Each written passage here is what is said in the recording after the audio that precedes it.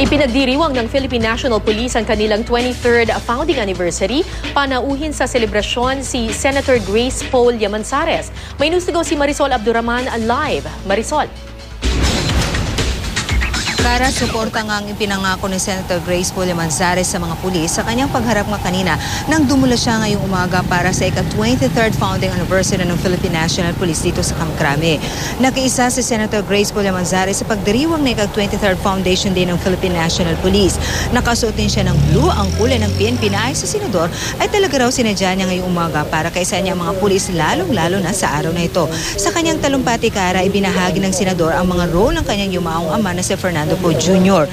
Patay lahat daw ayon sa kanya ang mga masasamang loob. Isang huwarang pulis, matapang, maginoo, tahimik at iwas lagi sa gulo. Mabilis daw sa barilan at lapitin ng mga babae. Pero ayon sa senadora, iba siyempre ang pelikula sa tunay na buhay.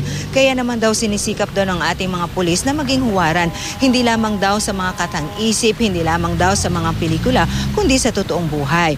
Mabuting pulis daw na dapat lamang katakutan. Kaya ayon sa senadora, dapat lamang daw na ipatupad ang mga batas lalong-lalo na yung mga laban sa krimen. Kaya nga raw siya humahanga at talaga raw napakalaki ng kanyang paggalang sa mga pulis.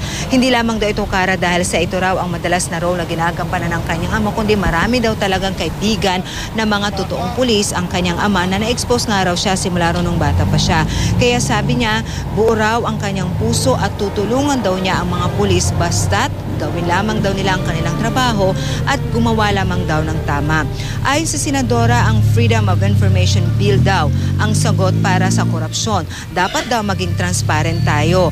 Kaya sabi ng senadora kanina sa harap ng mga pulis, ito raw dapat ang FOI daw, dapat ang isipin ng mga pulis para nang sa giyon ay maging transparent sa lahat ng gagawin in the manifestation ng kanilang trabaho.